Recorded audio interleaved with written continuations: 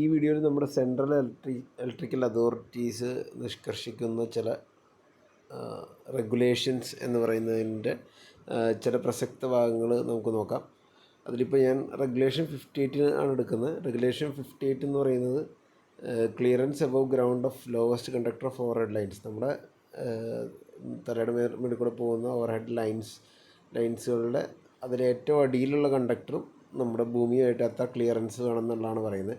അതിൽ ഈ പോകുന്ന ഓവർ ഹെഡ് ലൈൻസിൻ്റെ വോൾട്ടേജ് 650 താഴെയാണെങ്കിൽ നമ്മുടെ ഏറ്റവും ലോവസ്റ്റായിട്ട് കിടക്കുന്ന കണ്ടക്ടറും ഗ്രൗണ്ടും തമ്മിൽ 5.8 മീറ്റർ കുറഞ്ഞത് ഒരു ഗ്യാപ്പ് വേണം എന്നുള്ളതാണ് ആദ്യത്തെ കാര്യങ്ങൾ പറയുന്നത്. അപ്പോൾ റെഗുലേഷൻ 58 ഫസ്റ്റ് തന്നെ 58 ഇതിന് 5.8 മീറ്റർ വേണം എന്നുള്ളതാണ് മനസ്സിലാക്കേണ്ടത്.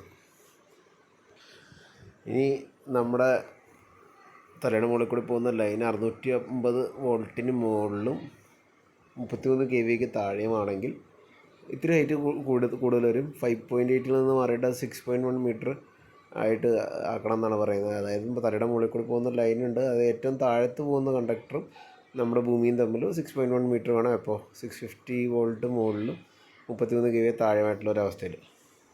ഇനി നമ്മൾ സ്ട്രീറ്റ് ക്രോസ് ചെയ്യുമ്പോഴുള്ള ഹൈറ്റാണ് പറയുന്നത്. 11,000 വോൾട്ട് 11 kV വരെയുള്ളതിന് 4.6 മീറ്ററും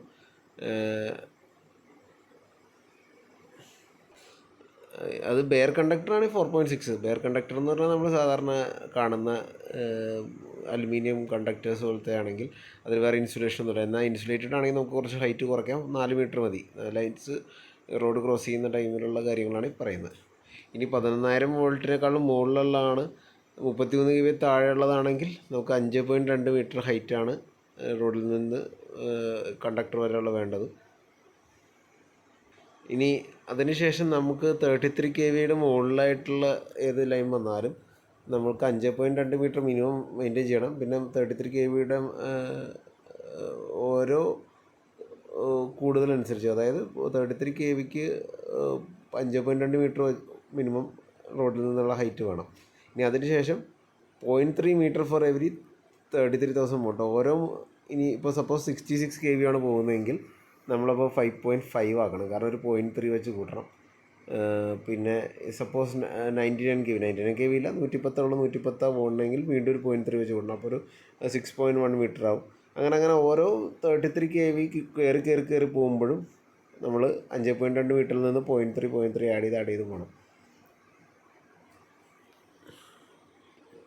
ഇനി ഇതുകൂടാതെ നമുക്ക് high voltage direct current transmission ഉണ്ട്. ഇന്ത്യയിലെ പല സ്ഥലങ്ങളിലും അത് ചെയ്യുന്നുണ്ട്. അപ്പോൾ അത് 100 kV മുതൽ 800 kV വരെ ഉള്ള രീതിയിലൊക്കെ ചെയ്യാറുണ്ട്. അപ്പോൾ ഗ്രൗണ്ട് ക്ലിയറൻസ് മിനിമം 6.1 മീറ്ററും 800 kV ഒക്കെ വരുമ്പോൾ 13.9 മീറ്റർ ക്ലിയറൻസ് വേണമെന്ന് ഇതിൻ്റെ അകത്ത് വ്യക്തമാണ്. ഈ റെഗുലേഷൻ 50 കഴിഞ്ഞിട്ട് ഇമ്പോർട്ടൻ്റ് ആയിട്ടുള്ളൊരു റെഗുലേഷനാണ് റെഗുലേഷൻ 60. അതായത് ഇപ്പോൾ നമ്മൾ പറഞ്ഞതെല്ലാം ബിൽഡിങ്സ് റോഡ് ക്രോസ് ചെയ്യുമ്പോൾ, അല്ലെങ്കിൽ ബിൽഡിങ്ങും ഭൂമിയും ഇപ്പോൾ വയറും റോഡ് ക്രോസ് ചെയ്യുമ്പോൾ, അല്ലെങ്കിൽ കേബിൾ റോഡ് ക്രോസ് ചെയ്യുമ്പോഴോ, അല്ലെങ്കിൽ over head lines road cross ചെയ്യുമ്പോൾ ആ ക്ലിയറൻസ് ആണ് ഇപ്പോൾ പറഞ്ഞത്.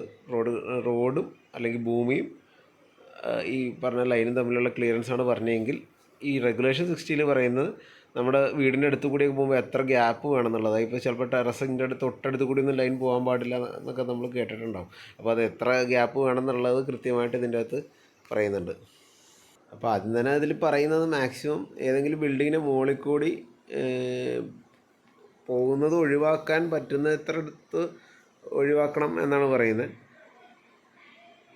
മാത്രമല്ല ഓവർ ഹെഡ് ലൈൻ പോകുന്ന ഏതിൻ്റെങ്കിലും അണ്ടറിൽ ബിൽഡിംഗ് കൺസ്ട്രക്ട് ചെയ്യാണ്ടിരിക്കുക എന്നുള്ളൊരു കാര്യം കൂടി അതിൻ്റെ അകത്ത് നിഷ്കർഷിക്കുന്നുണ്ട്.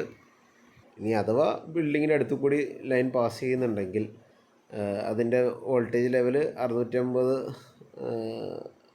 താഴെയാണ്, 650 വോൾട്ട് താഴെയാണെങ്കിൽ എന്തൊക്കെ ചെയ്യണം എന്നുള്ള ഒരു ഐഡിയ ആണ് ഇതിൻ്റെ അകത്ത് നിന്ന് കിട്ടുന്നത്. ഒരു ഫ്ലാറ്റ് റൂഫ് ആണ് എന്ന് വയ്ക്കുക. ഫ്ലാറ്റ് റൂഫ്, ഓപ്പൺ ബാൽക്കണി, വരാന്ത, അങ്ങനെയുള്ള സ്ഥലങ്ങളുണ്ടെന്ന് വയ്ക്കുക.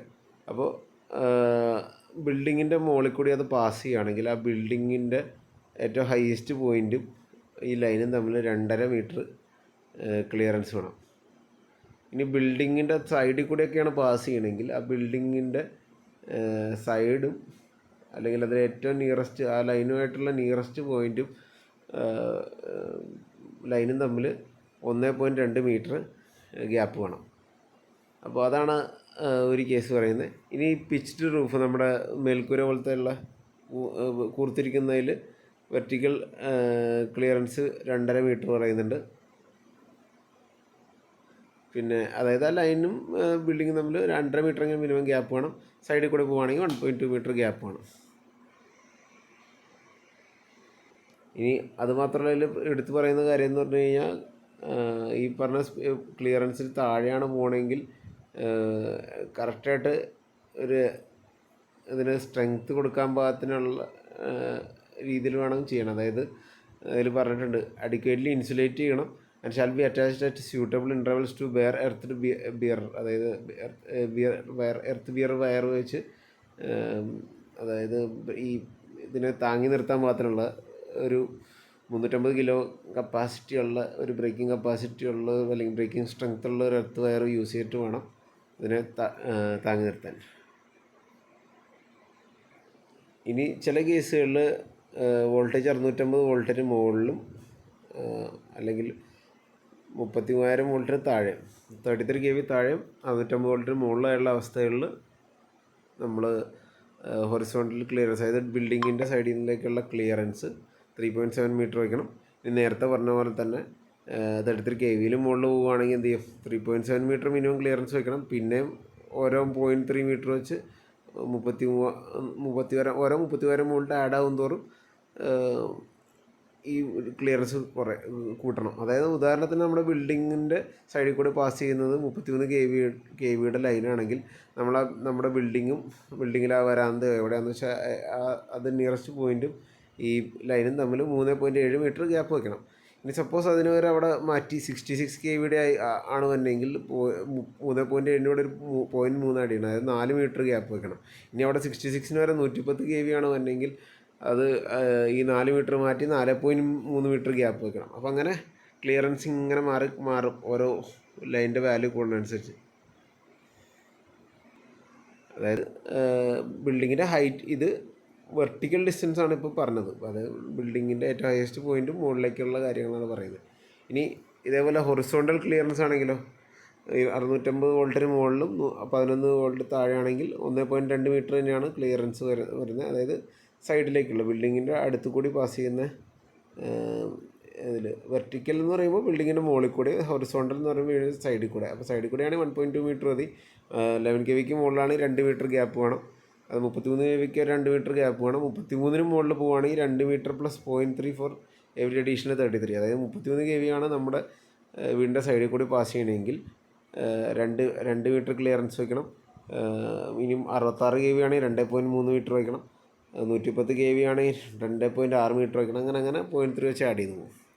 അപ്പോൾ ജനറലി നമ്മൾ പറഞ്ഞതിലിപ്പോൾ ഗ്രൗണ്ട് ക്ലിയറൻസ് ഇതാണ്. ഇപ്പോൾ കണ്ടോ, ഒരു പോസ്റ്റിലേക്ക് ഒരു കണ്ടക്ടർ പോകണം. അപ്പോൾ അത് കണ്ടക്ടർ പോകുമ്പോൾ ഇത് പോസ്റ്റ് ആവാൻ ടവറാവാം. അപ്പോൾ ഗ്രൗണ്ട് ക്ലിയറൻസ്, അല്ലെങ്കിൽ ഇപ്പോൾ നമ്മൾ പറഞ്ഞ ബിൽഡിങ്ങിന് തമ്മിലുള്ള ക്ലിയറൻസ് മിനിമം എത്ര വേണമെന്നൊക്കെയാണ് പറഞ്ഞുകൊണ്ടിരുന്നത്. ഇതിനെയാണ് വെർട്ടിക്കൽ ക്ലിയറൻസ് എന്ന് വിളിക്കുന്നത്. ഈ ഒരു സംഭവത്തിനാണ് വെർട്ടിക്കൽ ക്ലിയറൻസ് എന്ന് പറയുന്നത്. ഇതിൽ ശരിക്കും വേറെ പല കാര്യങ്ങളും ഇതിൻ്റെ അകത്ത് കയറി വരും. കണ്ടോ, ഇതിനകത്ത് ഓരോ ഹോട്ട് ഡേയും കോൾഡ് ഡേ ഒക്കെ അനുസരിച്ചുള്ള വ്യത്യാസങ്ങൾ അതിൻ്റെ അകത്ത് കാണാം. ഈ മിനിമം ക്ലിയറൻസും മാക്സിമം ക്ലിയറൻസും അതൊക്കെ വലിയ വലിയ ലൈൻസിലൊക്കെ അങ്ങനെയുള്ള കാര്യങ്ങളൊക്കെ നമ്മൾ നോക്കാറുണ്ട്. പ്രാക്ടിക്കൽ സിനാരിയോ വരുമ്പോഴത്തേക്കും ഈ തൂങ്ങിക്കിടക്കുന്ന മിനിമം എത്ര വന്നം, മാക്സിമം എത്ര വന്നം എന്നുള്ള കാര്യങ്ങൾ ഇതൊക്കെ നോക്കും. കാരണം മിനിമം എത്ര എന്തായാലും ഒരു സെർട്ടൈൻ ഗ്യാപ്പ് വേണമെന്നുള്ള കാര്യം ഓൾറെഡി ഇപ്പോൾ പറഞ്ഞല്ലോ. അപ്പോൾ ആ ഒരു ഗ്യാപ്പ് എപ്പോഴും നിലനിർത്തുന്ന രീതിയിൽ വേണം നമ്മൾ കാൽക്കുലേഷനൊക്കെ ചെയ്യുമ്പോൾ ചെയ്യാൻ. അതേപോലെ ഇത് ഹൊറിസോണ്ടൽ ക്ലിയറൻസ് ആണ്. ഇതിലെ വാല്യൂസ് നോക്കണ്ട, ഞാൻ ജസ്റ്റ് ഒന്ന് കാണിക്കാൻ വേണ്ടി എടുത്തുന്നുള്ളൂ. ബിൽഡിങ്ങും ലൈൻ തമ്മിലുള്ള ഒരു ഗ്യാപ്പാണ് ഹൊറിസോണ്ടൽ ക്ലിയറൻസ് എന്ന് ഉദ്ദേശിക്കുന്നത്. ഇപ്പോൾ ഇതെല്ലാം അടിയിലാണ് കാണിച്ചേക്കുന്നത്, 7.5 അടി എന്നൊക്കെ പറഞ്ഞാൽ കാണിച്ചേക്കുന്നത്. അപ്പോൾ ഈ ഒരു ഗ്യാപ്പ് മെയിൻറ്റെയിൻ ചെയ്യണം. എത്ര ഗ്യാപ്പ് മെയിൻറ്റെയിൻ ചെയ്യണമെന്ന് നമ്മൾ ഇപ്പോൾ ഓൾറെഡി ഡിസ്കസ് ചെയ്ത് കഴിഞ്ഞു.